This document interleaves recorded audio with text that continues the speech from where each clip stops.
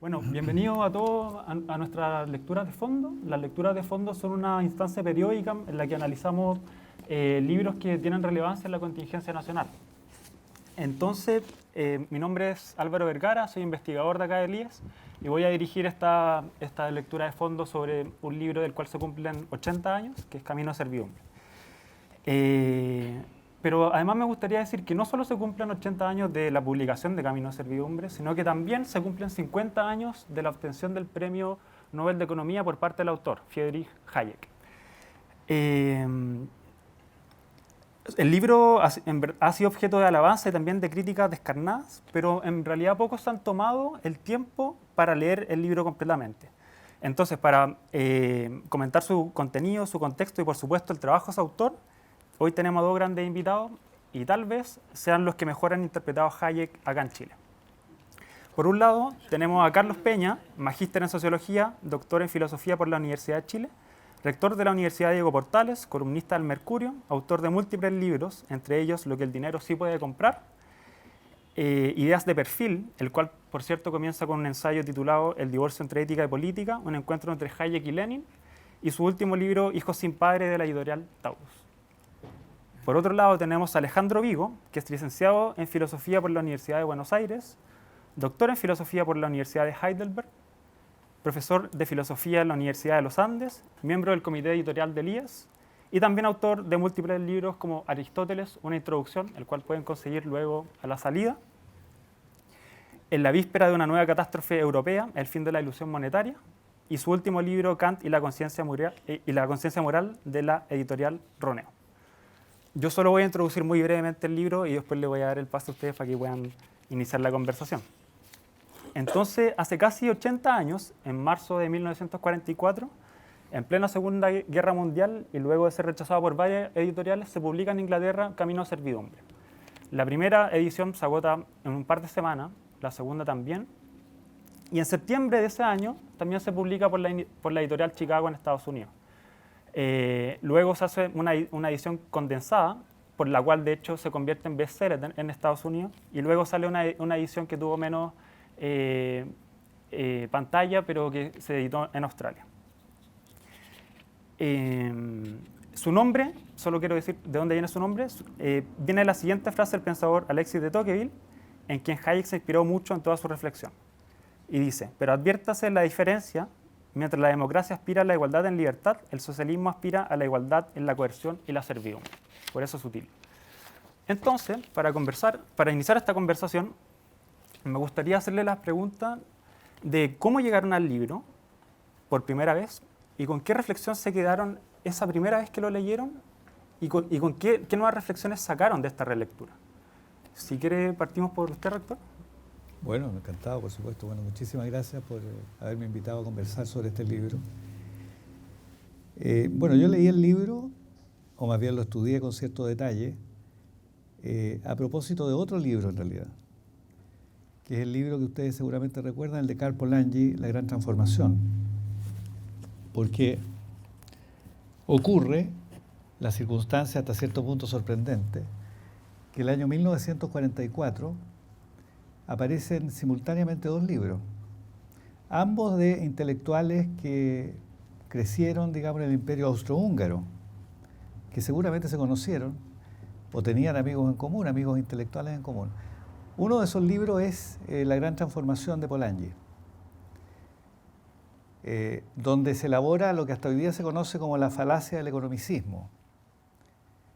De Polanyi es la frase que se ha repetido muchísimas veces en Chile en el debate contemporáneo, según la cual una cosa es el mercado y otra cosa es la sociedad de mercado. Y que el drama de Occidente es que está erigiendo una sociedad de mercado. Y el otro libro es Camino de Servidumbre. ¿Qué tienen en común? Cabría preguntarse ambos libros para que el examen de uno de ellos conduzca inevitablemente al otro, como me ocurrió. Bueno, es que ambos libros, fíjense ustedes, reaccionan frente a una misma pregunta. Y yo creo que sin entender esto es difícil entender Camino de Servidumbre. Y la pregunta es la siguiente. Bueno, ¿qué pudo ocurrir en la cultura occidental para que algo así como el fascismo apareciera? ¿No? ¿Qué ocurrió? ¿qué puede explicar que el autoritarismo de pronto fuera la regla general de convivencia en Europa Occidental, la zona más culta, más ilustrada del mundo? ¿Cuáles son los orígenes del fascismo? Polanyi, de manera prácticamente simultánea con Hayek, sostiene que el origen del fascismo está en lo que él llama el molino satánico, es decir, la idea de que el sistema de precios se extiende a todas las esferas de la vida, donde bienes que históricamente estaban al margen del sistema de precios, como la tierra y el trabajo, de pronto se transforman en mercancías, dice Polanyi, y todo se mercantiliza, se comodifica. Otra expresión que hemos usado, o se ha usado hace poco en Chile. Y este es el origen, dice él, del fascismo, porque cuando todo se mercantiliza, los vínculos sociales se deterioran, se disuelven hasta desaparecer, la sociedad de masa se transforma en una muchedumbre de solitarios, una expresión que usó luego Hannah Arendt, y quedan presas en consecuencia de liderazgos carismáticos y autoritarios. Este es el diagnóstico de Polanyi, digamos. ¿De acuerdo? De manera que Polanyi dice, no, el fascismo, la causa del fascismo es la expansión sin límites, inmoderada y reflexiva del capitalismo entendido de esta manera, que es lo que él llama la falacia economicista, digamos, ¿no? Hayek, y por eso el interés del libro, tiene un diagnóstico exactamente opuesto, porque Hayek dice que en realidad la causa de todo esto del fascismo es la falacia constructivista, ¿no? Dice él, no es en realidad la expansión del sistema de precios de la manera que hablamos, sino la falacia constructivista, la idea de que usted puede planificar deliberadamente el orden social a la manera en que usted planifica sus decisiones de consumo, o sea, el individuo, ¿no? Y Hayek, cuando escribe este libro, yo creo que es bueno recordar esto, pero luego voy a seguir para que ahora Alejandro pueda decir lo suyo. Es bueno recordar que el libro de Hayek, que se opone casi perfectamente a la tesis de Polanyi, está dedicado a los socialistas, ¿verdad? Como ustedes recuerdan. Entonces la pregunta es, bueno, ¿pero quiénes eran los socialistas? Porque hoy día entenderíamos por socialistas una especie de ideología doctrinaria, de inspiración marxista. Bueno, no está hablando de eso exactamente Hayek. Hayek está en medio de un debate en Inglaterra y en la cultura de su tiempo, donde hay autores, déjenme mencionar 2 o 3, digamos, que son muy interesantes, creo yo, porque ayudan a comprender el trasfondo de lo que está en camino de servidumbre, a lo que luego puedo referirme. Es el momento del socialismo fabiano en Inglaterra, en los años 30, del que participa George Bernard Shaw, por ejemplo, ¿no? Que es una especie de socialismo reformista, un socialismo totalmente socialdemócrata, amistoso con el capitalismo. Es la época, digamos, donde existe algo tan sorprendente como el socialismo de mercado, por ejemplo, de Oscar Lange, que quiso matemáticamente mostrar que el mercado podía conducir al socialismo. Es la época de Karl Mannheim, el gran creador de la sociología del conocimiento, que escribe un gran libro que se llama Diagnóstico de nuestro tiempo, donde él dice, en realidad, la única manera de domesticar a la democracia de masa y al capitalismo es la planificación. Contra todo, esto es el socialismo contra el cual reacciona Hayek, ¿eh? En el trasfondo, como digo, de esta pregunta, ¿qué causó el fascismo? ¿Ah? Porque una virtud tiene Hayek, no es fascista por lo menos, ¿ah? Pero bueno, luego podemos hablar de eso. ¿Ah? Bueno, no, mi encuentro con el libro fue mucho más ingenuo, muy temprano fue mi encuentro con el libro. No quiero hacer lo que dicen los españoles, elevar la anécdota a categoría, ¿no? Pero el encuentro que tuve con el libro fue una ocasión al comienzo de mis estudios en la Universidad de Buenos Aires. Estoy hablando del año 78, 79, a más tardar. Cuando un compañero, bueno, ahí había discusiones, ¿no es cierto? Yo venía de mi servicio militar, había habido un golpe militar que ya se conoce como qué es lo que ocurrió. Y yo venía también de la tragedia hiperinflacionaria del golpe, previo al golpe militar. Tenía 14, 15 años en la tragedia hiperinflacionaria y venía yo de una familia. Lori Sanata dijo una vez que la Iglesia Argentina es la tumba de los católicos liberales. Y mi familia salió de esa tumba, ¿no? Una familia de background, digamos, liberal católico. Y claro, era muy difícil entender cómo en un mismo gobierno podían coexistir, pero matándose entre ellos, un ala fascista de derecha, reconocidamente falangista y de vinculación, digamos así, con un ideario que Perón había establecido en los años 40, ¿no es cierto?, y que tenía mucho de raigambre italiana en su origen. Y por otro lado, la nueva juventud de izquierda, de origen católico, como eran los montoneros en particular, no así el Ejército Revolucionario del Pueblo, pero los que tenían un gran predicamento.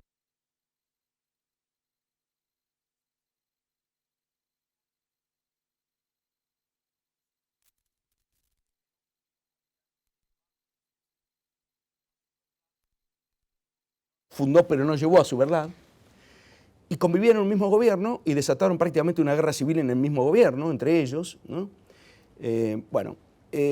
Entrando a la universidad, un compañero con el que dialogábamos y discutíamos con otros cuantos, me regaló el ejemplar del libro de Hayek en la traducción que había en Alianza en aquellos años, ¿no?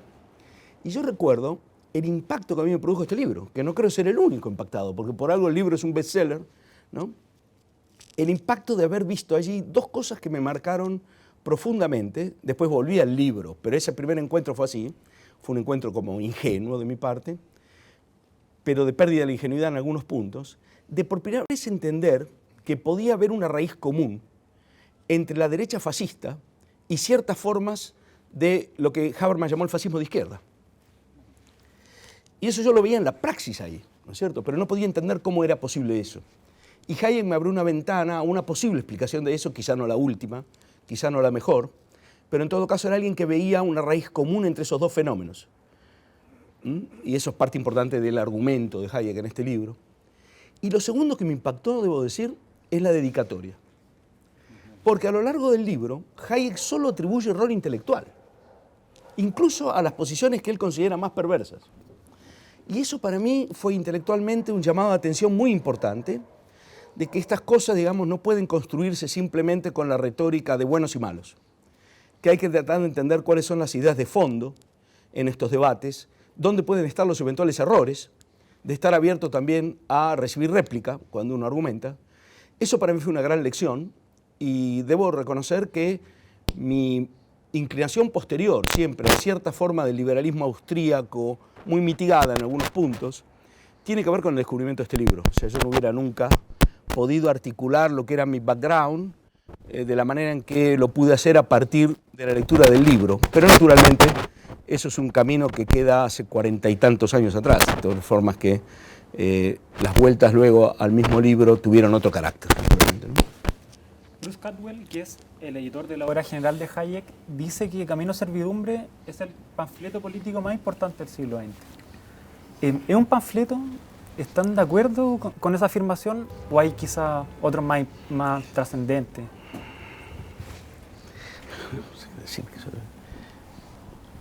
Bueno, depende, como todo lo que uno entienda por panfleto. Este es producto de... Se te acopla con él. ¿Se acopla con esto? ¿Sí? ¿Y ahí me escuchan? Ahí sí. Alguien dijo no.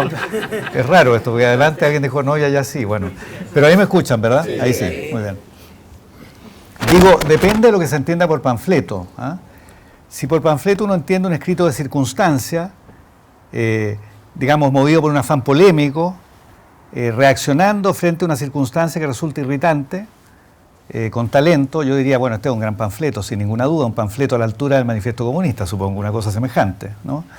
Pero lo notable, creo yo, es que se trata de un panfleto erigido sobre ideas que no son para nada panfletarias, sino que tienen un trasfondo filosófico y teórico de gran profundidad, ¿no? En el que yo creo deberíamos detenernos. A mí me parece que esta obra de Camino de Servidumbre vale no tanto por lo que dice, sino por lo que oculta, es decir, por aquello que le subyace y sobre lo cual se erige, ¿me entienden? Porque, claro, la escritura de Camino de Servidumbre es una escritura deliberadamente provocativa, que carga las tintas, retóricamente eficaz, digamos. Uno imagina perfectamente a Hayek inclinado sobre su escritorio, agitado, digamos, escribiendo algunos párrafos.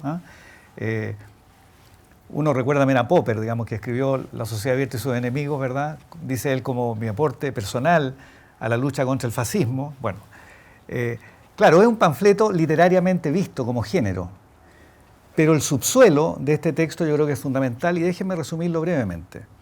Lo que yo creo es el subsuelo, bueno, ya escucharemos a Alejandro para que nos diga si le parece razonable lo que voy a afirmar. A mí me parece que este texto, Camino de Servidumbre, la tesis que allí se contiene, que es la crítica, como decíamos, al socialismo fabiano, a la planificación de Mannheim, al modelo del socialismo de mercado, etc. Este texto, digo, descansa en un conjunto de tesis que son, en mi opinión, las que siguen. Una tesis económica, una tesis, digamos, epistémica, una tesis moral y una tesis política. Así resumiría yo este libro. ¿En qué consiste cada una de estas? Fíjense. Antes de Camino de Servidumbre, en 1936, Hayek publica un paper, un artículo extraordinario que se llama Economía y Conocimiento, ¿no? ¿Cuál es la tesis de este artículo? La tesis de este artículo, Economía y Conocimiento, es que el modelo del equilibrio general de la economía neoclásica, o sea, la economía marginalista de fines del XIX, que afirma que en todos los mercados, en un punto, se iguala la oferta con la demanda, el precio con el coste marginal, digamos. Si uno le pregunta, dice a los economistas, dice Hayek, siendo un economista, ¿cuál es el supuesto del equilibrio general? Todos los economistas dicen, bueno, información completa. Si los agentes tienen información completa, se produce el equilibrio general. Entonces, Hayek dice, bueno, en esto no hay diferencias, pareciera, entre los economistas neoclásicos y los planificadores, porque ambos aceptan que puede haber información completa. Pero el hecho es que empíricamente, dice Hayek en este famoso paper, el equilibrio general se tiende al equilibrio general, pero nunca se produce el equilibrio general. La pregunta entonces que debieran formular los economistas es ¿por qué? Y la respuesta, dice Hayek, es que los economistas, digamos, las personas, los agentes, no tienen información completa. ¿Ya? Esta es la afirmación central. De ahí, esto lo dice el año 36, mucho antes de Camino de Servidumbre. De ahí él deriva una tesis epistémica. La tesis conforme a la cual lo que llamamos conocimiento en realidad es una cuestión que se compone, espero que Alejandro no esté de acuerdo conmigo en esto, se compone de conceptos a priorísticos en un sentido débil, a priorístico no en el sentido kantiano, débil, o sea, conceptos que manejamos que nos son legados por la costumbre, por el lenguaje, etc. Marcos cognoscitivos que nos permiten ordenar la experiencia que poseemos, y por otra parte, información fragmentaria, digamos. ¿Ya? Entonces, nuestro comportamiento, nuestra toma de decisiones tiene que ver, por una parte, con el conocimiento depositado en las instituciones, digámoslo así, el lenguaje, entre otras cosas, más el conocimiento que nosotros adquirimos, digamos, por familiaridad directa con las cosas, como diría Russell. ¿Ya? Este es el modelo, digamos, la tesis epistémica de Hayek. Y esto conduce, evidentemente, a explicar por qué no se produce el equilibrio general. Y no se produce porque nuestro conocimiento, por decirlo así, es evolutivo, ¿verdad? Nunca tenemos información completa. Y entonces, la pretensión de que alguien pueda planificar la totalidad de los intersticios de la vida social es simplemente absurda, porque supondría, ¿verdad?, que hay un sujeto que conoce tanta información que sabemos no poder reunir ninguna mente humana. Esto es lo que dice Hayek finalmente. Entonces, el sistema de precios, esta es la afirmación de Hayek, es un sistema de transmisión de información que sumado a las reglas, porque Hayek no es un anarquista en absoluto, ¿verdad?, como algunos creen, no es un anarquista, no es un anarcocapitalista, digamos, ¿verdad?, sumado a las reglas, y las reglas son un legado evolutivo de miles y miles de años, permite que tomemos decisiones y se vaya produciendo el equilibrio general. Esto es lo que dice en la tesis, digámoslo así, epistémica. De aquí deriva una tesis moral. ¿Cuál es la tesis moral? Bueno, no existe ninguna escala de valores a la luz de la cual un planificador central pueda tomar decisiones. Porque Hayek es un liberal. Cada ser humano tiene su propia escala de preferencias que es inconmensurable con la escala de preferencia de cualquier otro. Luego, pretender que hay una sola escala de valores que nos permita adoptar decisiones públicas es simplemente absurdo, y esta es la tesis moral, diría yo, de Hayek, que tiene bastante que ver con lo que después va a ser el teorema de la imposibilidad de Arrow, digamos, ¿no? Y finalmente hay una tesis política. ¿Cuál es la tesis política? Que yo creo que es la más complicada, a pesar de que es la más desafiante. Que Hayek va a decir, una cosa es el liberalismo, que consiste en ser dócil a esta condición epistémica nuestra. Otra cosa es la democracia. Luego, una dictadura puede ser liberal, que fue lo que dijo cuando visitó a Pinochet, cuando vino durante la dictadura, ¿no?, que le causó grandes problemas a Hayek. La democracia, dijo él, es la forma, responde la pregunta, ¿quién gobierna? Y la democracia dice la mayoría. El liberalismo responde a una pregunta distinta. ¿Cuáles son los límites del poder? ¿Verdad? Luego, dice Hayek, uno puede responder ser antidemócrata o no demócrata, pero puede ser liberal. Y el ejemplo, dijo Hayek, es en Chile, ¿no? Donde se está instalando un mecanismo de mercado autorregulado, no obstante que hay una dictadura. Yo creo que esta es la parte más sombría, desde luego, de Hayek, ¿no? Bueno, este es un súper resumen a una pregunta que era mucho más acotada, si esto es un panfleto. Yo no voy a responder si es un panfleto. No podría mejorar el resumen tampoco. Me agarraría de algunas cosas que has dicho, Carlos, porque creo que hay algunos puntos que yo vengo de una óptica en la que la parte epistemológica para mí es clave en esta cuestión, ¿no? Entonces, simplemente a modo de acotación a este resumen que me parece difícilmente mejorable, de verdad, diría lo siguiente, un panfleto. Bueno, Carlos ya ha mencionado casi todas las referencias que yo tenía para mencionar. Por ejemplo, este libro tiene un aire de familia con el libro de Popper sobre la sociedad abierta y sus enemigos. Y con Miseria y Historicismo. Claro, Miseria y Historicismo. Entonces, ¿qué pasa? Son casi del mismo año, además. A mí el libro de Popper no me prendó, y el de Hayek sí. ¿Pero por qué? Porque Popper tenía una lectura de Platón en el primer volumen, que alguien que venía de la filología clásica como yo no podía admitir por ningún motivo, ¿no es cierto? Era como presentar a Platón como una especie de predecesor de Stalin, sin ningún sentido para la ironía del texto platónico, y una cantidad de cosas que no pude hacerme amigo de ese libro. En cambio, este otro libro sí, porque Hayek no había venido al golpe militar de Argentina, ¿no es cierto?, ni había dicho nada sobre Videla, y en cambio me presentaba una alternativa a lo que había sido la matriz en la que yo me había creado, ¿no? Bueno, esto es en Chile, Hayek tuvo cierta repercusión, y en Argentina nadie conocía a Hayek, naturalmente, quitando a Venegas Lynch, al ingeniero Alzogaray, que son figuras, como decir, bueno, marginales dentro de lo que era la discusión política central en Argentina. Entonces, eso por un lado, ¿no? Ahora, todas las cosas que mencionó Carlos, y muchas de las cuales, digamos, anticipan... Sí, estamos con un problema de micrófonos. Ahora, ¿esto se oye ahora? ¿Sí? Bueno, entonces, hay algunas cosas que mencionó Carlos, además con profundo conocimiento de la evolución, digamos así, de la teoría económica en esos años, que está muy vinculada al problema de la evolución de la filosofía en esos años. Porque no había una separación como hay ahora entre la disciplina econométrica y la reflexión en las ciencias humanas. Estamos asistiendo al nacimiento de la sociología. Ahí mencionó a Karl Mannheim, que es una referencia fundamental aquí. Yo no soy un experto en ese autor, pero está claro que tanto Popper como Hayek, los dos lo citan, como uno de los enemigos, como una de las figuras de las que se están distanciando. La idea de una libertad planificada, o de una, como dice Mannheim, de una planificación para la libertad, que eso a Hayek le parece un oxímoron, ¿no? Con o sin razón. A Popper le parece también que eso no es el camino, ¿no? Los dos tienen en vista a Mannheim. Pero después está el otro problema, que es como un problema filosófico más general, que es bastante curioso. Yo tengo una cierta pasión por la Viena de esos años, porque todos los trenes conducen, si uno quiere entender la filosofía contemporánea, todos los trenes conducen a la Viena de Brentano y lo que siguió. Y uno dice, ¿pero qué pasaba en Viena en esos años? Bueno, piensen ustedes lo siguiente. No solo el Círculo de Viena, de donde sale Popper, y del cual se distancia Popper rápidamente, también se distancia Hayek de ese tipo de planteos, que es un planteo de positivismo, que tanto Popper, un cierto positivismo lógico además, que Popper y Hayek rechazan. Hayek es un pospositivista, no sé si estarás de acuerdo con esto, no es un positivista en el modo del Círculo de Viena.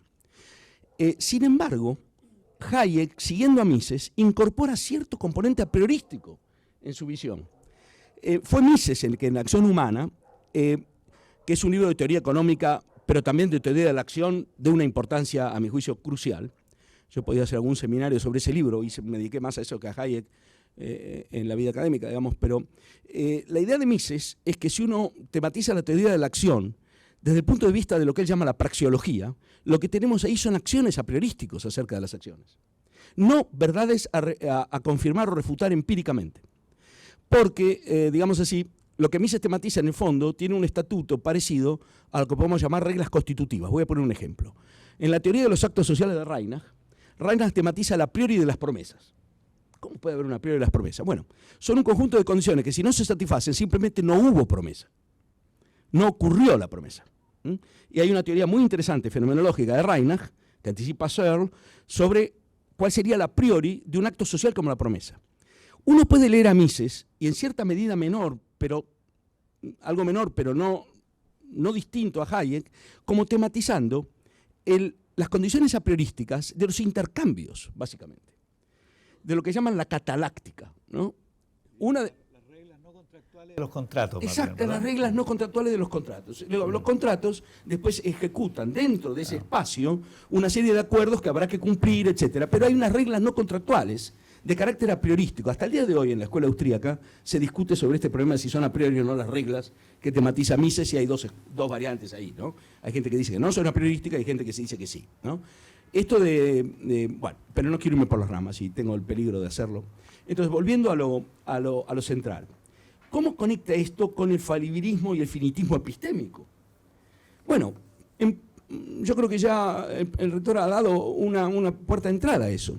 Las reglas apriorísticas son reglas que explican, digamos así, la constitución básica de un espacio de interacciones. Pero de ellas no se sigue ninguna interacción en particular. Hay todo un plus de conocimiento adicional, que es conocimiento situado, falible, y no es mera. Yo aquí tengo una diferencia con Hayek. Hayek habla en términos de información. Yo creo que eso es un mal vocabulario para lo que él quiere decir. Bueno, hay un ejemplo, en teología muy bueno, que es el de Luis de Molina. Pues Luis de Molina dice: sabemos que hay pecado en el mundo, pero no sabemos quién de nosotros va a pecar. Este es un buen ejemplo del problema. ¿Quién está pecando? Sí. Claro, exactamente. ¿Y qué ocurre? Si uno dice información, uno tiene sobre todo hoy la idea de que esa información se puede de alguna manera exteriorizar y almacenar. Pero en las interacciones, ciertamente hay informaciones en juego, que podría ser, digamos, formas del know that, saber qué tal cosa es el caso, muy bien, pero no solo información en juego, hay preferencias en juego. Preferencias que son variables, porque están situadas. En este momento prefiero una Coca-Cola a, no sé, a un postre, o lo que fuera, ¿no? Entonces, no es solamente, yo en eso discrepo un poquito de la manera en que Hayek lo presenta. Creo que una interpretación bona fide debe corregirlo en su vocabulario. Me pasa mucho eso con los austríacos de esa época. Y es que no es solamente que la información es incompleta, sino es que aquí lo que hay es un anclaje situacional de la toma de decisiones que no puede ser nunca transferida sin pérdida esencial a la tercera persona. O sea, si yo tuviera que reconstruir la teoría austríaca desde este punto de vista, yo diría que lo que ellos llaman el valor subjetivo se puede expresar metódicamente mejor. A mí no me gusta la oposición subjetivo-objetivo en tema de valores. Se puede expresar mejor diciendo que la perspectiva de los agentes anclada en la primera persona hace posible un marco de interacciones que no es reconstruible sin resto, es decir, sin pérdida sustancial, si uno adopta la perspectiva de la tercera persona y de la totalidad estadística. Este es un debate al interior de la sociología de la época también, sí, porque estamos en el nacimiento del intento de aplicar la estadística a las ciencias sociales. Entonces Hayek está reaccionando con un lenguaje que a mi juicio es insuficiente en muchos aspectos, ¿no? Yo creo que se puede no corregirlo, pero se puede hacerlo más presentable en la discusión hoy, con 70, 80 años de filosofía de por medio, si uno traduce esto en unos términos diferentes. Por ejemplo, valor subjetivo. ¿Eso qué quiere decir? ¿Que es caprichoso, arbitrario? No, no quiere decir eso. Quiere decir que las preferencias que hacen que aquí y ahora yo me decida por una Coca-Cola y no por un flan, no pueden ser recogidas sin resto en un tratamiento externalizado en la perspectiva de la tercera persona y además estadístico. Obviamente, cualquiera puede entender por qué yo prefiero una Coca-Cola o no un flan. Eso no tiene nada de misterioso, ni de insondable, ni de caprichoso, ¿no es cierto? Si tengo sed, prefiero una Coca-Cola, que nunca es mi caso, no me gusta la Coca-Cola, y no un flan, ¿no es cierto? Pero la interacción, entonces, no se puede reconstruir desde arriba. La cataláctica es el intento de reconstruir cómo es posible la cooperación sin abandonar la perspectiva de los que están implicados en la cooperación, ¿no?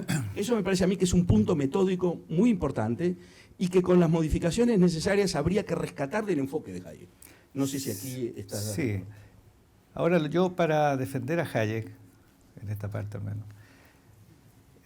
bueno, algo de eso dice, no en este lenguaje, ya lo voy a insistir en eso, en Teoría de Sistemas Complejos, que es un texto claro, posterior, ¿verdad?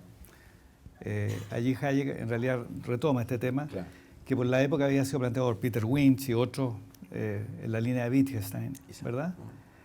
El punto este del relato en primera persona o en tercera persona vale la pena subrayarlo, ¿eh? ¿Qué quiere decir esto? Quiere decir que usted no comprende una acción social, esto también lo decía Weber, desde luego, si usted no comparte el punto de vista de los actores. Es decir, usted no puede describir un fenómeno social desde una perspectiva puramente externa. Por ejemplo, si alguien no conoce el fútbol, ¿verdad? No sabe las reglas del fútbol, o sea, no las comparte, y mira un partido de fútbol, no va a entender nada. ¿Qué puede explicar que los tipos corran detrás de la pelota, que de pronto uno sea expulsado de la cancha? Este tipo de acciones no se pueden describir causalmente, en términos puramente empíricos. Solo es capaz de describirlas quien juega fútbol, quien sabe jugar fútbol, ¿verdad? O sea, quien comparte la práctica en cuestión. Esto es lo que quiere decir la perspectiva de primera persona, yo jugando, de la perspectiva en tercera persona. Ellos juegan un juego que yo no conozco, digamos. Esto último no se puede hacer. Pero sobre ese punto vuelve Hayek en teoría de sistemas complejos, efectivamente, ¿no? Sí, claro, bueno, Borges parece que cuando fue con Bioy Casares a la cancha a ver un partido de fútbol le pasó esto. Bueno, era como eso, claro. Claro, y se fueron, ¿no? Pero en todo caso, claro, es cierto.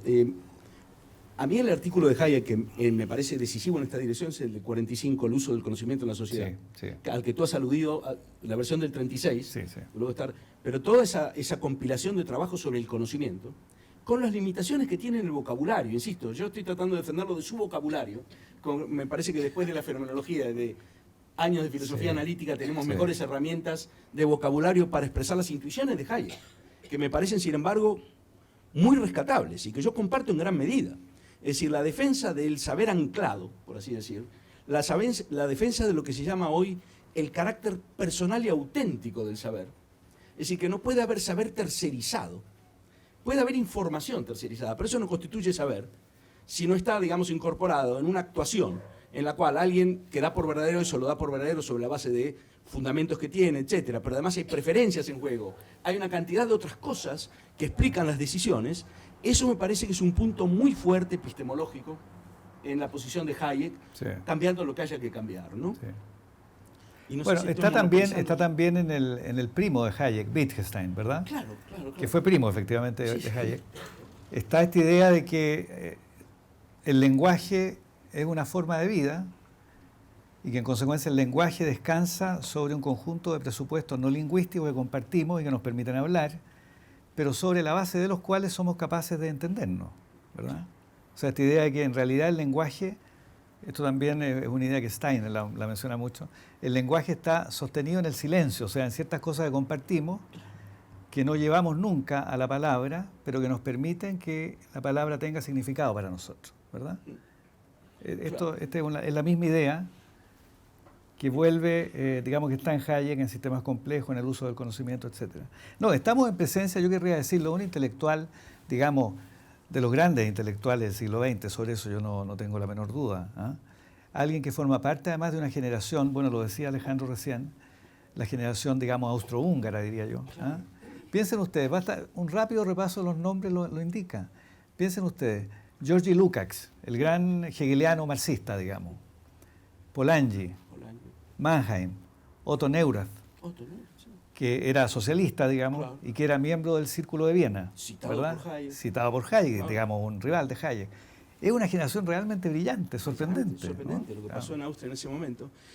Hay algo curioso también, que es que, por ejemplo, la manera en que Hayek trata el sistema de precios, en relación con esta visión del conocimiento anclado, como le llamo yo, que es una metáfora finalmente, pero nos estamos entendiendo, creo, tiene muchas analogías, y en esto Hayek se va a revolver en la tumba, con la manera en que trata Heidegger en Ser y Tiempo, el ente intramundano y las señales. O Aristóteles en la época. Y sin embargo, nunca se leyeron entre sí y probablemente no estarían de acuerdo en nada.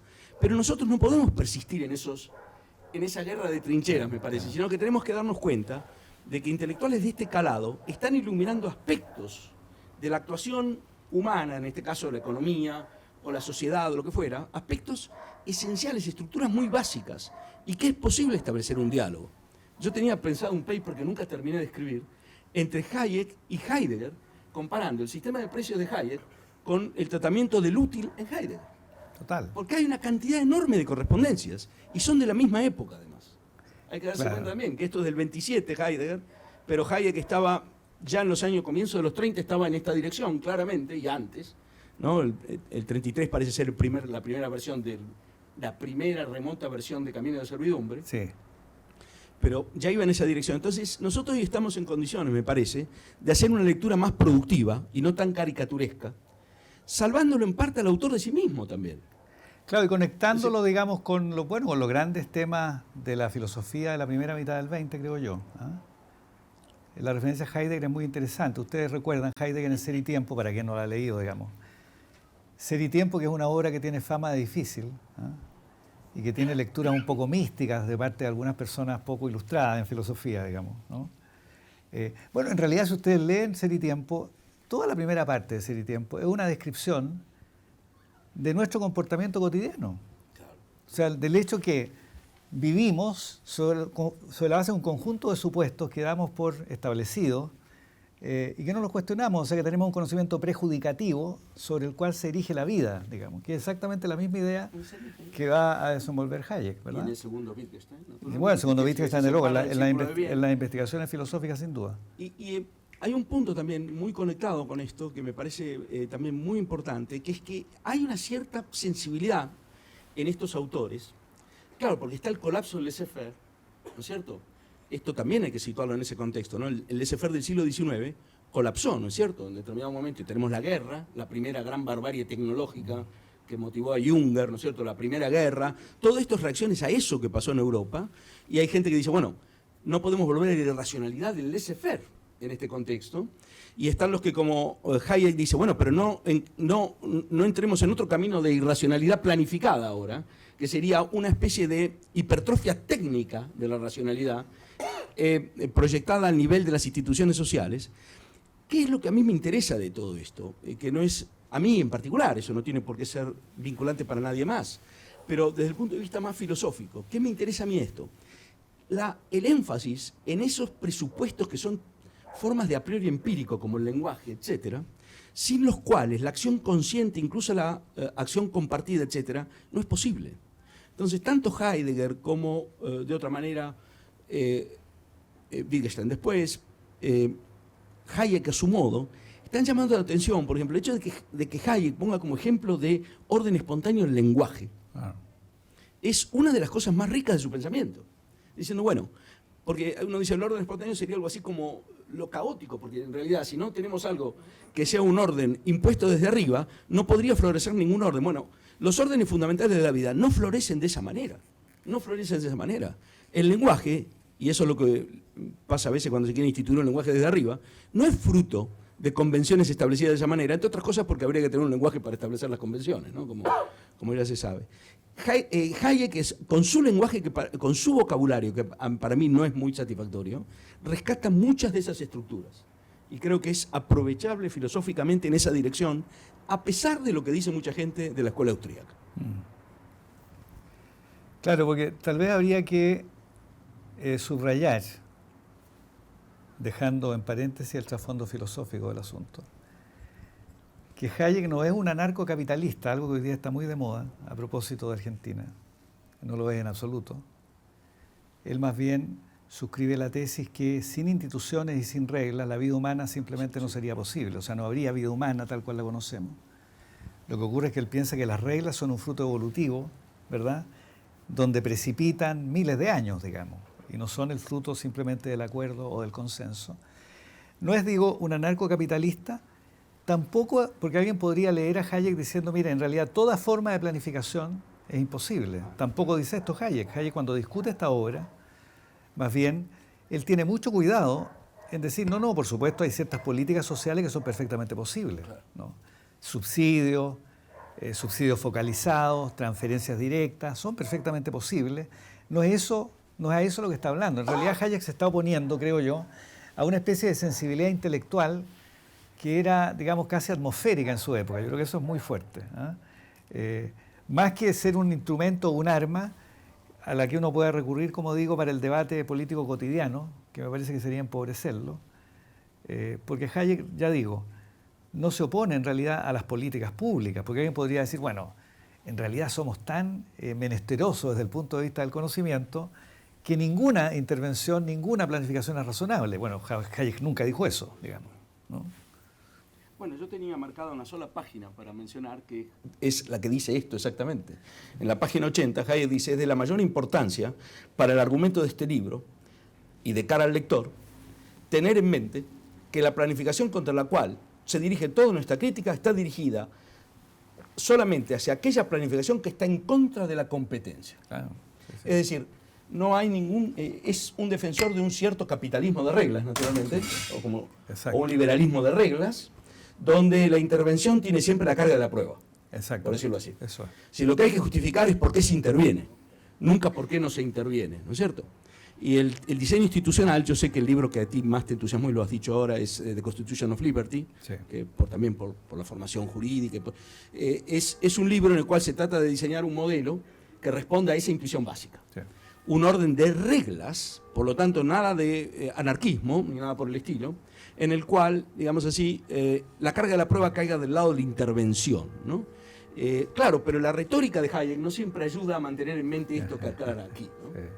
Porque el capítulo siguiente se llama La inevitabilidad de la planificación y lo pone entre comillas como diciendo este es un dogma que hay que sacarse de encima, ¿no? Entonces él mismo piensa que cierta planificación, cierto tipo de planificación o cierto tipo de regulación es inevitable, naturalmente.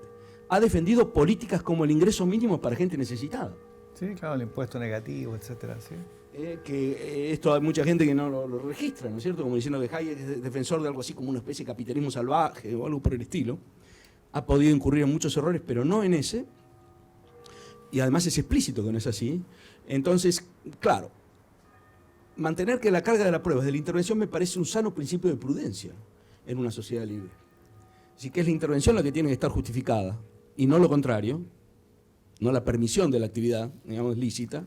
Me parece una sana medida de prudencia en una sociedad libre, pero compatible con reflexiones que tienen que ver con intervenir ocasionalmente donde haga falta, que Hayek no descarta, ¿no?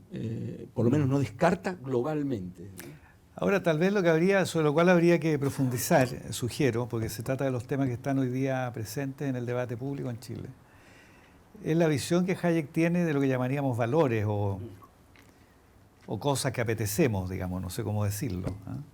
Pues Hayek claramente no cree que la sociedad tenga, o sea, que el orden social o que las sociedades tengan un telos, en el sentido de un fin predeterminado en pos de cuya consecución deban ordenarse o enderezarse. Y él no piensa tampoco que la sociedad tenga una escala ordinal de valores a la que se pueda recurrir para adoptar decisiones, y también piensa que no es posible comparar o saber si las preferencias de ustedes o la mía son superiores. Y en consecuencia no sabemos, no tenemos ningún baremo, ningún criterio para saber si están en competencia estas preferencias, cuáles hemos de satisfacer, ¿no? Esto lo cree Hayek y lo dice explícitamente. Entonces Hayek es, diríamos, ¿cómo decirlo? Un liberal radical desde este punto de vista, ¿ah? Él matiza esto cuando dice que en realidad en los sistemas de creencia algunos tienen más capacidad de supervivencia y adaptación que otros, ¿no? De tal manera Sí. que hay un criterio de selección cuando menos diacrónico, ¿no es cierto? Pero es una perspectiva histórica. Yo te confieso lo siguiente, mi problema Pero te quiero decir, Sí. hay digamos, por supuesto, los valores, las cosas que creemos, los fines, digamos, más populares han pasado, por decirlo así, la criba del tiempo y en consecuencia, ¿verdad?, Claro. tienen un cierto valor evolutivo. Pero no tenemos ningún criterio que nos permita a nosotros discernir qué vida debemos vivir. Este es el punto, ¿verdad? Claro. Yo ahí pienso que Hayek, como muchos de su época, están entrampados en la problemática de la filosofía de los valores. Digamos, en el neocantismo, en Exactamente, Riquet y todo esto, en ¿no? el neocantismo, del cual Heidegger ha sido un crítico feroz, ¿no es cierto? Bueno, Heidegger también, sus caprichos son notorios, pero Heidegger, después de haber adherido a eso, termina declarando eso hacia los años 30 como la última estación en la decadencia de la pregunta por el ser y la verdad, ¿no? ¿Qué pasó allí? Yo creo que ahí hay un problema, si uno lo hace históricamente, no quiero aburrir tampoco, porque la entrada de la noción de valor en la filosofía del siglo XIX es anterior al neocantismo, pero en el neocantismo explota eso. Yo creo que la persona que, digamos, el autor que dio entrada a la noción de valor como la noción central de la filosofía en el siglo XIX fue Lotze, Hermann Lotze, ¿no? Que escribió una obra que en su momento fue muy influyente y hoy casi nadie sabe quién fue. Esto pasó muchas veces en la historia, ¿no? Que alguien es decisivo en su época y luego cae en un olvido absoluto, ¿no? Ahora se está recuperando Lotze desde el punto de vista histórico, ¿no? ¿Qué es lo que pasó con Lotze? Entonces, pensemos lo siguiente. Hoy estamos convencidos que las cuestiones éticas son cuestiones de valores. Eso ocurre hasta en las prédicas dominicales. Tenemos problemas de valores. En Chile se dice valórico, ¿no? Pero ni Aristóteles ni Tomás de Aquino, ni tampoco Kant hubieran planteado así esa cuestión, en ese vocabulario. Y nadie sabe qué es un valor, de ahí viene la ontología de los valores. El problema es si los valores hay que concebirlos como los concibe Max Scheler o Hartmann. Es un problema ontológico colosal introducir entidades del tipo de los valores, ¿no es cierto? En el neocantismo, toda la problemática filosófica se reparafraseó en términos de valores. Sí, pero a ver, bien, yo creo que eso es así, efectivamente. Pero hay un trasfondo del argumento de Hayek. Olvidemos el tema de valores, hablemos de virtudes, de racionalidad práctica. ¿Ya? Ya, claro. Hayek no aceptaría que hay una forma de racionalidad práctica que podamos compartir y que nos diga cómo nosotros debemos vivir. Bueno, que podamos compartir... A ver, no estoy seguro. Te diría por qué. Porque si podemos ponernos de acuerdo en un montón de otras cosas, también podemos ponernos de acuerdo en preferencias, ¿no? Lo que no creo es que pueda haber la apelación a una instancia tercera. ¿Me explico? Es decir, como si pudiéramos apelar a una instancia que desde arriba impusiera ese sistema de creencias. Pero no creo que fuera inconmensurable que las personas terminen teniendo preferencias compartidas en el enfoque de Hayek y apoyarse claro. No, para Hayek podemos converger en torno a ciertas preferencias, claro, desde luego. Pero eso no las hace mejores ni peores que otras. El hecho que tengamos convergencia de facto, por ejemplo, que nos gusta la Coca-Cola, no transforma la Coca-Cola en valiosa. Podría ocurrir que nos equivoquemos, ¿o no? Bueno, ahí quizá... Entonces Hayek, lo que quiero decir Hayek, lo digo, digamos, para los conservadores, yo sé que aquí no hay ninguno, desde luego, ¿eh? Para que se desilusionen de una vez, digamos. O sea, Hayek no estaría de acuerdo con si alguien es conservador, o sea, si alguien cree que podemos discernir un cierto modelo de buena vida, por ejemplo. Discernir, digo, no ponernos de acuerdo, discernir un cierto modelo de buena vida al cual debiéramos, en pos de cuya prosecución debiéramos ordenar nuestros esfuerzos. Él no piensa eso realmente, ¿no? Bueno, yo ahí quizá no estoy del el todo de mejor acuerdo. modelo del mercado. En el mercado, piensen ustedes, las preferencias suyas y las mías son no solo inconmensurables, sino que están en una caja negra que es opaca para mí y opaca para ustedes. Y sin embargo nos ponemos de acuerdo mediante el sistema de precios. ¿Por qué mediante el sistema de precios? Bueno, porque el sistema de precios, dice Hayek, es un sistema de comunicación que supone, como diría un teórico de sistemas, poco gasto comunicativo. O sea, nos permite saber qué queremos, pero sin saber el contenido de lo que queremos, ¿verdad? Entonces, de alguna manera, creo yo, cuando Hayek pone el sistema de precios como un sistema, digamos, como una especie de orden espontáneo, ¿verdad? De intercambio de información, claramente, está tratando el sistema de precios como un sistema de convergencia de preferencias, pero desechando cualquier modo de discernir algún modelo de buena vida global, digamos. En este sentido yo creo que no es aristotélico, ni siquiera kantiano. Puede que de ahí, de cierta forma, Hayek defienda la libertad económica. O sea, si hay aquí algún republicano, no debiera leer a Hayek, diría yo. Claro, porque hay una frase, y ahí los quiero llegar, que Hayek dice que la dice sin matices, tajantemente al fin del primer capítulo, que dice: hemos abandonado progresivamente aquella libertad en materia económica sin la cual jamás existió en el pasado libertad personal y política. ¿Ustedes están de acuerdo con esa tesis? Pensando en Hayek y la búsqueda para preservar esta concepción que tiene respecto a las distintas escalas de valores que cada uno tenemos. ¿Es posible, por ejemplo, la libertad política si no hay libertad económica? Bueno, ese es otro capítulo, pero yo quisiera decir algo todavía sobre lo que dijo Carlos, porque ahí no estamos de acuerdo. Bueno, Carlos, bien. yo no creo que se pueda construir a Hayek como un aristotélico, sin duda, y seguramente tampoco como un kantiano en el sentido estricto. No estoy convencido de que se le pueda atribuir una tesis fuerte de inconmensurabilidad o de incognoscibilidad. No sé si lo has hecho también, pero no estoy convencido de eso, ¿no? Creo que no sería la mejor construcción de lo que él dice a pesar de su vocabulario. ¿Por qué decía yo el problema del valor? Porque él hereda una problemática que es la siguiente. Cuando en la teoría económica Menger descubre lo que él llama el valor subjetivo, la oposición con la que ellos se manejan es la siguiente: o el valor es una propiedad en las cosas, sí. Y entonces tenemos la tradición que remonta incluso a Smith, que es teoría del valor trabajo, o a la escolástica y Marx, ¿no es cierto? Que tiene a que David haber, Ricardo, digamos. O a David Ricardo, que tiene que haber algo en la cosa, que fuera, así como está el rojo o el blanco, tiene que haber algo, un valor detectable en la cosa. Y como esta gente, digamos así, no viene de la filosofía, sino que viene de la teoría económica, dice: no, un momento, el valor es subjetivo. Esa noción de subjetividad es altamente confusa, naturalmente. es altamente confusa, porque tiene por lo menos dos niveles de aplicación que yo creo que hay que distinguir nítidamente. Una cosa es decir que el valor no es una propiedad descriptiva de las cosas, y otra cosa es decir que es arbitrario. Sin embargo, en el lenguaje austríaco, hasta el día de hoy, estas dos cuestiones se mezclan de manera insana, a mi juicio. Es decir, no hay nada de extraño en las preferencias de los demás generalmente, y por eso puede haber transacciones, por eso puede haber oferta. Yo cuento con las preferencias de los demás, son comunicables, son compartidas, etc.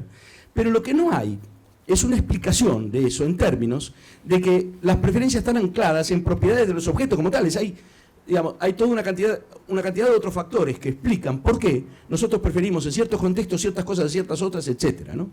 Creo que el lenguaje austríaco de la teoría subjetiva del valor, hoy estaríamos en condiciones de reparafrasearlo en términos más fenomenológicos, de una manera que no compromete con el componente sugerido de arbitrariedad insondable que habría en las valoraciones. Esto es acercando un poco a estos autores a lo que tú tienes en vista. Creo que estás esforzándote demasiado. Bueno, estoy tratando de salvarlo un poco de su propio vocabulario, sí, ¿no? sí. Pero Claro, creo que es una lectura posible en esa dirección, y es la que a mí me entusiasma hacer, porque la otra no la podría suscribir. Claro, pero Hayek diría, lo que usted prefiere es fruto, digámoslo así, de, como digo, una evolución en la que precipitan miles de años, factores que usted no logra identificar, y lo que usted no, y usted puede explicar por qué prefiere lo que prefiere, explicarlo. Lo que no puede decirme es por qué le asigna valor, en el sentido de por qué lo estima, a esto me refiero, ¿verdad? Ortega emplea la expresión estimativa para escapar del problema del lenguaje de los valores. ¿Por qué lo estima? Bueno, eso no tendría explicación, porque un aristotélico diría, no, momento, tenemos muchos deseos, pero si no tenemos alguno que deseemos por sí mismo, entonces los demás deseos que se subordinan a él son vanos, son inútiles, ¿verdad? O sea, la estructura de preferencia sería absurda, nos conduciría inevitablemente al vacío. Entonces la estructura de la acción humana tendría, en el caso aristotélico, digamos, estaría entregada a nuestra racionalidad, a nuestro discernimiento. Pero no es el caso de Hayek. Hayek más bien dice, bueno, tenemos preferencias, pero no sabemos cómo se forman ni sabemos qué preferencias debemos tener. No podemos decidir eso racionalmente. Y si tú le aplicas eso a la metateoría, entonces, ¿por qué difiere un orden de libertades? Bueno, porque él entiende por libertad justamente esto. Hasta cierto punto la definición de libertad de Hayek es una definición tautológica. Él entiende por libertad lo mismo que va a entender a Isaiah Berlin, ausencia de coacción, pero él ausencia de interferencia. Él cree que un orden de libertades es mejor que un orden de coacción. Sí, claro. Y eso no puede ser una preferencia insondable que no sea compartida en ese nivel de análisis. No, claro, pero está bien, digamos. Entonces uno yo me podría decirle esforzaría eso. por no hacerlo contradictorio con su propia metateoría y decir, bueno, su lenguaje sobre las preferencias es mejorable. Si estamos siendo ortodoxos con él o estamos aprovechando lo que él dice para enmendarlo, no sé dónde está el límite, puede ser de bisturí láser, ¿no? Pero me esforzaría porque creo que el proyecto que tiene en vista colapsaría con una teoría no cognitivista total de las preferencias. Radicalmente no cognitivista. O sea, como si fuera una teoría de lo que a veces le atribuyen a Hume, que yo creo que tampoco es el caso. Porque, claro, un orden de libertad no se puede defender de una manera no cognitivista radical. En definitiva, tiene que haber algún tipo de criterio que permita distinguir qué es mejor o qué es peor, por lo menos en ese nivel de análisis, ¿no? Una sociedad totalitaria es peor para Hayek que una sociedad... Bueno, Robbins, a quien Hayek conocía, decía, bueno, en economía se trata siempre un caso de tu sangre o la mía, decía Robbins. Cañones o mantequilla, bueno, un caso de tu sangre o la mía, simplemente. Eso diría un economista. Y yo creo que Hayek creía firmemente eso. Yo ahí tengo una discrepancia. Sí, está muy bien, tenemos que tener discrepancia. Pero son dos posibles lecturas a leer. Sí, por supuesto. A leer a un gran autor habría que decir, por favor. Eso está más allá de... No sé si ahí no sé tenemos si es una espacio pregunta que no hemos contestado, pero ya lo siento. Que ahora para alguna ocasión. Vamos a ver si podemos hacer dos preguntas del público. Ojalá que sean muy cortas, no comentarios, preguntas, ¿ya? Al callo. ¿Atrás se levantó la mano primero? Hola, muchas gracias por la oportunidad.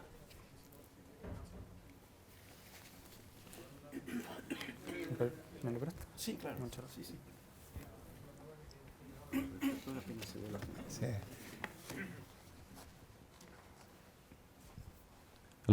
Sí. Bueno, muchas gracias por la oportunidad de poder hacer una pregunta. La verdad es que yo vengo de Puerto Montt, tengo un club de lectura y este mes estamos leyendo este libro. Entonces, me gustaría llevarme algo para la casa, porque tengo bus en un rato más. El primer capítulo habla del camino abandonado. Y por el año en que fue escrito, este libro debía converger, en el fondo, del abandonar el camino hacia lo que fue la Segunda Guerra Mundial. Y, de cierta forma, con ganar la guerra, por eso digo, de cierta forma, haber retomado el camino. Pero en estos 80 años, o sea, yo creo que estamos lejos de retomar el camino. ¿Y qué qué reflexión pueden sacar de eso? Porque después de la guerra, claro, la Rusia comunista se fortalece aún más, Estados Unidos por otro lado, como que retoma el camino del liberalismo, pero está el tema del muro de Berlín, después en Chile, Salvador Allende, y entonces pareciera que estamos lejos de retomar el camino. Por favor. ¿Vas a ir bien con él? ¿Este no funciona? Mejor con este. No, bueno, vamos a ver. Lo que llama el camino abandonado ahí, una de las múltiples críticas que se han hecho a este libro es que mucha gente dice que la construcción de ese supuesto camino abandonado es una construcción intelectual que no resiste análisis, ¿no es cierto? Porque como que Hayek idealizaría la tradición previa, ¿no es cierto?, o el momento previo a la quiebra, al quiebre que trajo consigo la Primera Guerra. Esto no es la Segunda Guerra, esto es la Primera Guerra, ¿no es cierto? El camino se abandona, ¿cuándo? Cuando surge la idea, a ver si me equivoco aquí y me corriges, Carlos. Hay un artículo de Keynes que se llama El fin del laissez-faire, del año 26, que es muy indicativo. Keynes, que no era un comunista, como a veces circula, o un socialista ultradigital, alguien que decía, no podemos seguir apostando en la irracionalidad. La racionalidad tiene que ser que se pueda planificar esto. Y ahí propone, por ejemplo, que tiene que crearse un banco central, una institución monetaria centralizada, etc. Entonces, la idea, ¿cuál es aquí?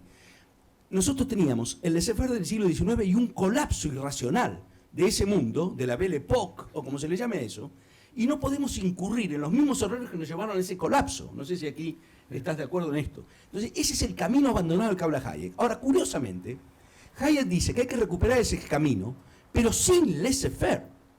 En la obra de Hayek, la expresión laissez-faire siempre se usa de manera crítica. Porque Hayek no defiende el laissez-faire del siglo XIX. Hay gente que lo incorporó a lo que en ese momento se llamó neoliberalismo, que es lo contrario de lo que se dice ahora.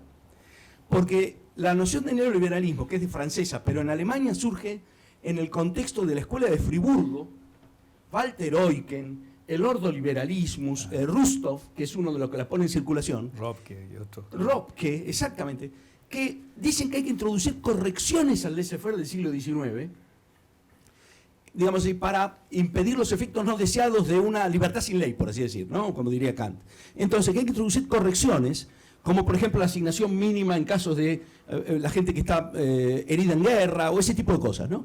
Y Hayek está en ese movimiento intelectual, Lo que yo creo que a él le pasa después, es que él cree que la introducción de esas correcciones desarrolla una dinámica propia, que es que una intervención o digamos así, un subsidio reclama otro subsidio, y otro subsidio, hasta llegar a lo que lo voy a decir de una manera un poquito provocativa, hasta llegar a la peronización de la sociedad.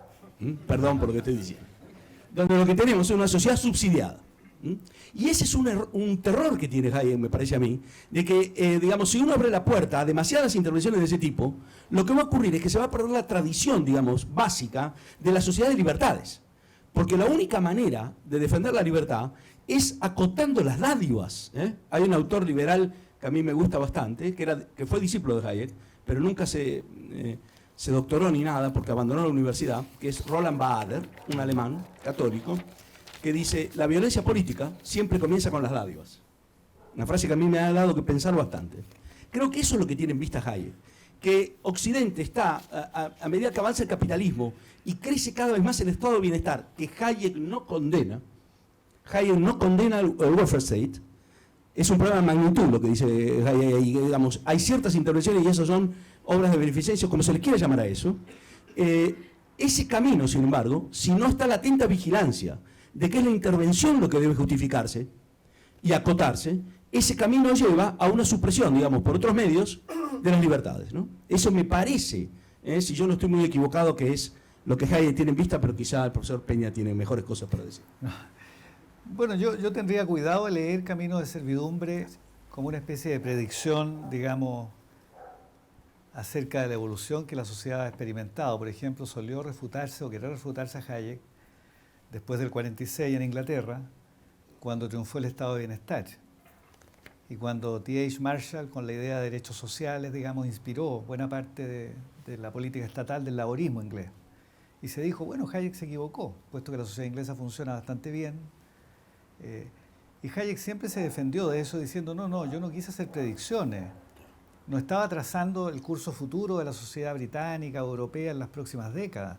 Lo que yo estoy haciendo era rebelarme contra una mentalidad, una manera de concebir la vida social que exagerada nos puede llevar efectivamente al desastre, entre otras cosas al fascismo. Recuerden ustedes que, como yo comencé explicando, el tema frente al cual reacciona Hayek, Polanyi, Mannheim, bueno, Neurath y toda la intelectualidad de la época es frente al fascismo. ¿Cómo puede ocurrir que en el sector más ilustrado, en lo mejor de la cultura occidental, aparezca el fascismo? ¿No? Y como dice Ortega, digamos, alguien que hizo poco menos del gesto epiléptico una forma de conducción política como Hitler, se transforma en el líder, digamos. ¿Qué pudo pasar en la cultura? Este es el problema del que se ocupa Hayek, del que se ocupa Polanyi, bueno, Georgi Lukács, toda la intelectualidad de la época. Entonces no están haciendo predicciones. Tampoco se trata, creo yo, de alterar las cosas, y donde Hayek dice socialismo, ver la izquierda contemporánea. A mí también me parece es un error. Yo no creo realmente que en la izquierda actual, salvo algunos excesos, en cualquier caso minoritarios, digamos, ¿verdad?, uno pueda estar viendo personas que, al modo, digamos, de planificadores globales, quieran diseñar todos los intersticios de la vida social. No hay tal cosa, digamos, ¿no? Hayek tampoco era un opositor franco a la socialdemocracia, ¿no? Si es que por socialdemocracia entendemos un orden capitalista, con Estado nacional, con reglas claras y con políticas sociales focalizadas. En algo así Hayek estaría en general de acuerdo. Piensen ustedes que el gran instrumento de políticas sociales de la dictadura en Chile, que fue Odeplan, Mideplan, digamos, que no fue una mala idea, contó con la anuencia de Hayek perfectamente. Entonces, tomar a Hayek como una especie de arma arrojadiza en el actual debate político a mí me parece un error de grandes proporciones, realmente. Porque, repito, Hayek en realidad se inscribe en un tipo de reflexión muchísimo más global que abarca otros aspectos de la vida social, económicos, epistémicos, éticos, políticos. El aspecto político que tiene Hayek, que yo, digamos, subrayaría, es su idea de libertad. Su idea de libertad como un espacio de franquía total, digamos, del individuo. Yo creo que eso en Hayek está muy marcado, lo hace un liberal muy cercano a la manera más clásica del liberalismo, lo aleja de cualquier forma, digámoslo así, de concepción de la vida social como una empresa común, digamos, común en el entendido, digamos, una empresa que tiene un telos en pos de cuya consecución debiera estirarse. Yo creo que Hayek está lejos de eso, pero también está lejos, ya digo, del anarcocapitalismo y por supuesto lejos, digamos, de una planificación total, orwelliana, digámoslo así, de la vida. Y dificulto que hoy día, salvo el exceso retórico inevitable en los debates políticos locales y criollos, se pretenda que la izquierda en Chile o el progresismo chileno es una especie de Orwell disfrazado, digamos, una especie de lobo con piel de oveja, que quiere regimentar todos los aspectos de nuestra vida personal. Me parece que no hay nada de eso realmente. Así que yo le diría a Hayek con grano salis, así con cuidado, sin dejarse entusiasmar, sin dejarse llevar por la retórica inflamada que a veces tiene ese libro y que es propio, repito, del contexto de la época. Está escribiendo con el nazismo en la puerta. De eso estamos hablando, ¿ya? Así está escribiendo Hayek, como Popper, como Polanyi, etc., ¿no? Sí, quería hacer dos preguntas. Una es cómo se podría entender que, en fondo, la idea de que Hayek no se opone a el orden socialdemócrata o al estado de bienestar en el marco de su debate y su discusión con Keynes. Porque esa es una discusión muy aguda que se da en ese mismo momento, que participa mucha gente, además el 45, Bertrand de Jouvenel, mucha gente está en este... Y ahí parece haber una oposición, un choque con un Keynes que no está proponiendo un Estado totalitario, ni un comunismo de planificación central, ni nada por el estilo. Pero hay un choque importante. Entonces hay un margen en que parece que sí se opone a un Estado gastador, por decirlo en esos términos. El segundo punto era respecto a la discusión anterior de cómo concebía Hayek el orden social o las preferencias morales, y tiene que ver con su venida a Chile. Él lo entrevista a Lucía Santa Cruz, y Hayek le dice, yo sé que esto es un salto en el tiempo, por eso puede, pero le dice, yo estoy preparando un libro que le puede servir mucho a Chile, y que es La Constitución de la Libertad. Y ese libro, él dice, bueno, están los países que tienen de la tradición ¿es de common law o es rule of law? Uno de los dos. Dice, del common law. Del common law. Constitutional Liberty. Están los países que tienen la tradición del common law y esto va a funcionar en esos contextos, pero los países que no lo tienen, yo les tengo una propuesta. La tradición del common law es la tradición, digámoslo así, consuetudinaria, ¿verdad? Evolutiva. Claro, que está abierta a la evolución a través del... Etc. Y él dice, pero los que no lo tienen, yo les tengo una propuesta. Y hace una propuesta que llega a planificar, digamos, hasta unos clubes de amigos. Es un libro muy curioso en ese sentido, pero donde marca claras preferencias respecto a la idea del orden ideal, social ideal, en el cual puede operar, en el fondo, el liberalismo tal como él lo concibe. Entonces, no sé si hay un cambio de punto de vista, o sea, si es menos liberal el Hayek después, o si es que efectivamente hay un trasfondo, una idea de un orden social bueno o correcto o mejor, digamos, y de preferencias también morales que involucran ese tipo de orden. Ese sería el... Profesor. Yo a lo que pasó en Chile no me voy a referir, porque no estaba aquí y además no soy la persona indicada. No, una simple observación respecto de esto. Yo, francamente, no pondría a Hayek en el aristotelismo político, ¿no es cierto? Obviamente que no, pero, entre otras cosas, porque yo no me cuento entre los aristotélicos políticos. Voy a explicar por qué. Yo creo que lo que Aristóteles tematiza como la polis es una estructura que no tiene en absoluto el grado de complejidad que tienen los estados modernos y las sociedades modernas. Entonces, ¿qué ocurre? Por ejemplo, si ustedes toman Política 3.4, donde Aristóteles sostiene la tesis, que en esos momentos parece bastante razonable, que el bien del ciudadano y el bien de la polis es el mismo en el estado ideal, ¿no es cierto? Esa es una tesis que yo creo que a Hayek le daría terror. A la luz de la experiencia histórica que Hayek tiene a la vista, con sus más y sus menos, digamos, Hayek puede acertar o no en esto, pero hay un contexto histórico que marcó muy bien el profesor Peña, y yo también dije alguna cosa, que es completamente distinto. ¿Significa esto que Hayek no defiende la cooperación? Yo creo que es un teórico de la cooperación, Hayek. Que Hayek no es un individualista caricaturesco de tipo atomista, sino que Hayek es un gran defensor de la cooperación. Toda la teoría de la cataláctica, igual que Mises, es una teoría en la cual individuos imperfectos, con preferencias que son testeables intersubjetivamente, etcétera, se van poniendo de acuerdo en transacciones, en clubes de amigos, en lo que sea. Porque la transacción no solamente la monetaria. Nosotros transamos bienes no monetarios también. Y no la transacción tiene, no todo intercambio es crematístico, por así decir, ¿no? Y eso se ve clarísimamente en Mises también, ¿no? Entonces yo abogaría por una lectura de estos autores, está bien, lo mío es más simpatético con ellos, que no los casa con un liberalismo que para mí nunca existió, de carácter atomista y no cognitivista. Esto sería mi manera de ver este asunto, ¿no? No creo que haya cambiado de posición entre los dos libros. Yo conozco menos el segundo libro, porque me ocupé más de otras cosas de Hayek, pero no creo que haya cambiado de posición. Creo que estaba trayendo consecuencias de lo que siempre quiso decir. El primer libro, el libro bestseller de él, es de gran peligrosidad por la retórica del libro. Aquí yo coincido plenamente con lo que observó el profesor Peña, y por eso hay que tener mucho cuidado en cómo se lo trae a la discusión actual. Y déjeme decir algo más y después le doy la palabra a quien sabe, sobre Keynes. Yo creo que la discusión con Keynes no es lo que hoy nosotros nos imaginamos. Keynes era fabiano, cercano al fabianismo, por lo menos, si uno sospecha que Keynes era el diablo disfrazado de cordero, siempre le va a poder atribuir cualquier intención, ¿no? Pero el intercambio de cartas sobre camino de servidumbre, Keynes dice que está de acuerdo en casi todo lo que dice Hayek ahí. Ahora, hay acuerdos que cambian las cosas también, ¿no? Entonces interviene y dice, en esto sí, no.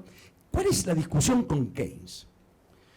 Hasta donde yo puedo ver, que Hayek descree de la centralización de la institución monetaria y del sistema bancario centralizado.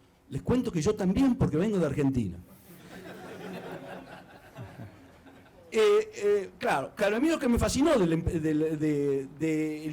la concepción austríaca es la idea de que algo tan importante como el dinero no puede ser puesto en manos del poder. ¿Me explico? Y Hayek tiene una discrepancia total con Keynes en ese término. Ahora, el que ganó la discusión fue Keynes, porque Keynes al final de la Segunda Guerra fue el ideólogo de Bretton Woods y de todo el sistema monetario que hoy tenemos, para bien o para mal. Yo pienso que para mal. Pero esto es otra cosa, ¿no? Pero me explico, es acotada la discusión a algunas cuestiones muy concretas. Pero no es que Hayek, que sería algo así como el hombre de la derecha más, está discutiendo además con el representante del totalitarismo soviético. Está discutiendo con un colega con el cual tienen grandes discrepancias, pero respeto mutuo, y eso se ve en el intercambio, y están discutiendo sobre problemas concretos de cómo debe ser la institución monetaria en una sociedad de libertades. Este es el punto, yo lo situaría así, ¿verdad? Ahora, si usted me pregunta a mí de qué lado estoy yo, de Hayek, no de Keynes. Pero eso es otra cuestión, ¿no? En fin. Para contextualizar de nuevo el asunto, no en torno a los autores que mencioné al comienzo, en realidad uno hace un esfuerzo por imaginarse el tipo de mundo en medio del cual está escribiendo Hayek, escribiendo Camino de Servidumbre, por supuesto, después cambia el contexto. Piensen ustedes en la aparición de lo que llamaríamos la democracia de masa, ¿no? Es la época de la República de Weimar, entre el 22 y el 33, digamos. Un fenómeno absolutamente sorpresivo. La inflación. ¿No? Claro, la aparición del Estado Nacional, digamos, la constitución de los Estados Nacionales, que en el caso alemán es bastante tardía, la aparición de la democracia de masa, el peligro de los liderazgos meramente carismáticos, la sensación de que la vida social se insubordina, que no es posible controlarla o manejarla, la caída pronta en el fascismo.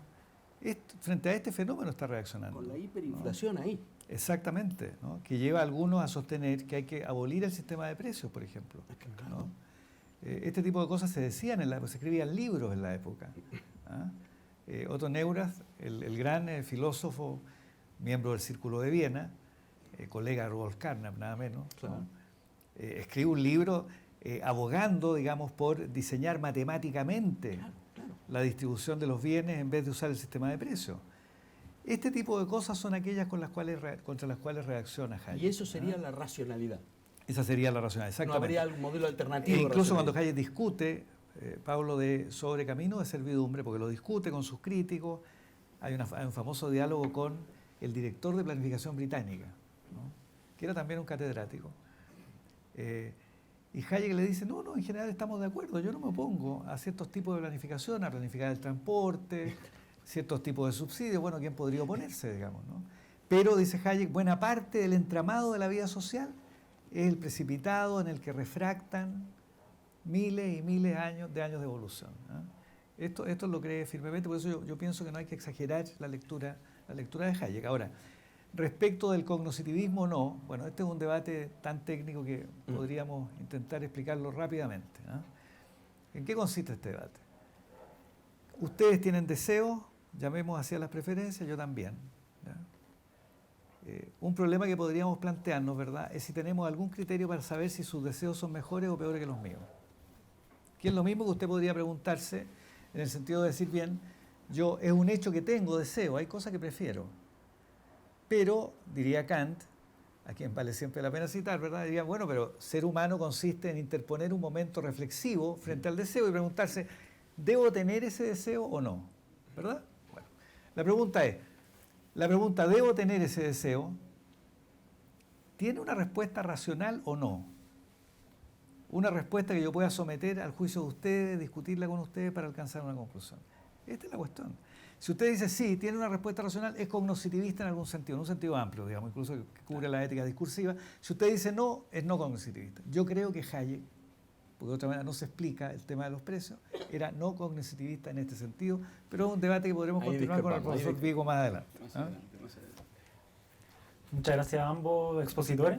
Muy interesante toda la discusión. Muchas gracias a todos ustedes por venir. Solo dejarles un anuncio desde el Instituto de Estudio de la Sociedad, y es que salió nuestro nuevo número de la revista Punto y Coma, titulada Radiografía a las derechas. Ya está en preventa, pueden adquirirla por nuestra tienda virtual, y el lanzamiento lo vamos a tener acá el 16 de mayo a las 18:30, para que vengan y los esperamos. Muchas gracias. Un gusto, ¿eh? Un gran gusto. No, de verdad.